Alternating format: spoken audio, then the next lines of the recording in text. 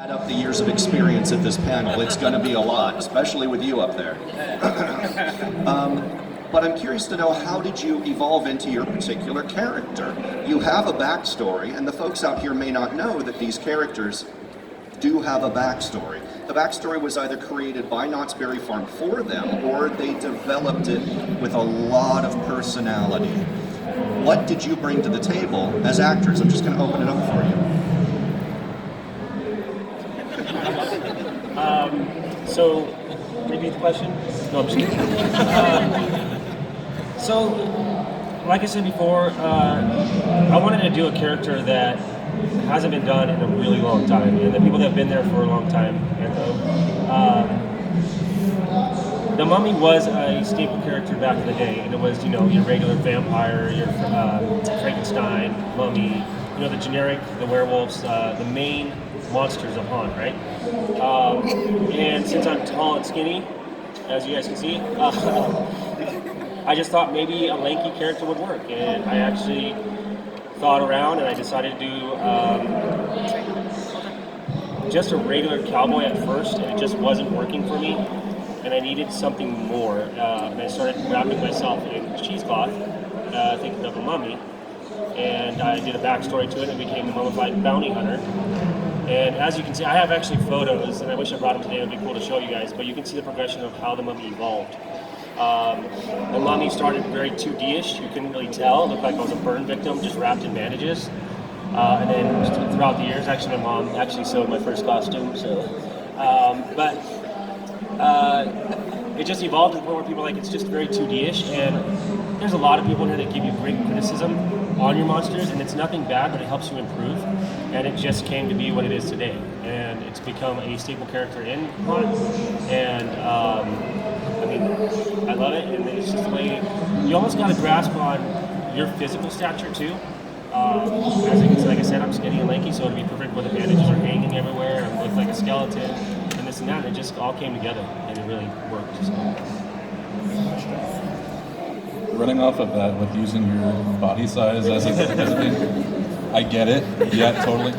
Like my last years in Boardwalk, I was a strongman, and utilized when I have, if you see me, my giant prop I have usually is a hammer, and I use that around Boardwalk all the time as a strongman. And then when I went over to Ghost Town, there was no one doing the blacksmith, and one of the first things you see walking down Ghost Town streets is a gigantic blacksmith shop, which has been there since its inception, and it just seemed to fit perfectly with what I was doing already. Giant human being, and just impersonating this kind of strength and anger, and just had that physical presence that not a lot of people have, unfortunately, but it just worked well for me, and the character, it seemed to just mesh perfectly, and I fell in love with it, and it worked out.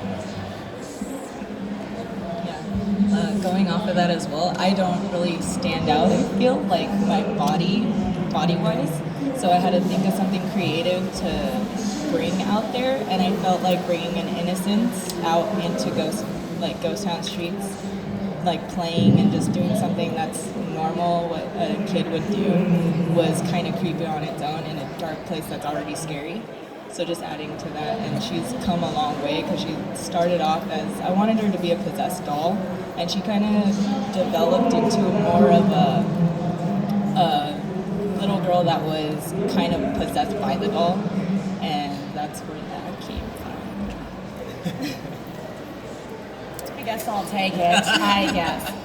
Okay, well, going off of where I was saying that this has always been a huge character to me, it's obviously very established. The person who did it before me did it for a very long time, and she did it beautifully, and it was very intimidating for me. So when I was asked to do it, I had the opportunity to kind of make it my own. I thought to myself, I really need to do something completely different, because I don't want to be compared to something that I hold in such a high regard. So I kind of developed my story after a lot of the characters I've already played. So there's bits and pieces of things I've already done in the park that I've kind of culminated into this one character. So for me, my story, I've kind of made it as this bride who's been poisoned by her husband. And on her, wedding day, all of this goes down, and now she's seeking revenge on any man that she sees out on the streets. Now, I don't just limit it to the men. I'll steal your soul, women. That's pretty much where my characters come from? When I was offered the role of the ape, I thought, how can I make this larger than life? So I wear body armor under my costume to bulk me up, a big scary wig, so that you don't see me at all. Once I'm in that costume, it's coverage completely. You lose Anthony because you guys aren't paying to see me. You're paying to see the characters out there.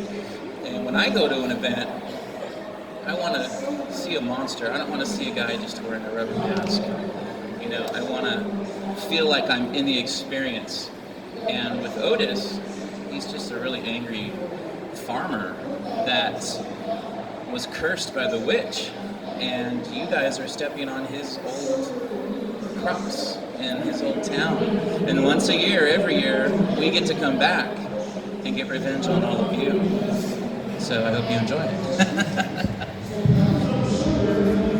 Gecko sort of developed through my relationship with Otis. My first 2 years in Ghost Town, I was a mask.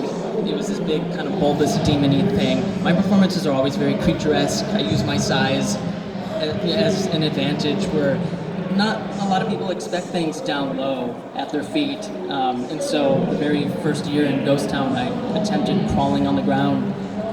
Think of like Spider-Man crawling up the side of a building, and it freaked people out, and it worked, and that's how my name developed, and I kind of just went with that. And then after my second year, I was approached by Craig, and he was like, "Hey, there's a prosthetic opening up that we think we would fit you. You want to do it?" And I said, "Sure." And it was the Green Goblin. So it already has an established, the face has an established history at Knott's, so I approached it with the utmost respect. But Knott's really let me just run with it, and it wasn't until my second year where I got a wig because of him. And it's just, now I'm just this wisecracking, ugly little goblin and worm. And I'm basically the Green Witch before she was hung. She hocked a loogie and spawned the goblin, and now I'm just a minion of hers doing her bidding, collecting screams for her. Thank you. Now we know. Just a big loogie.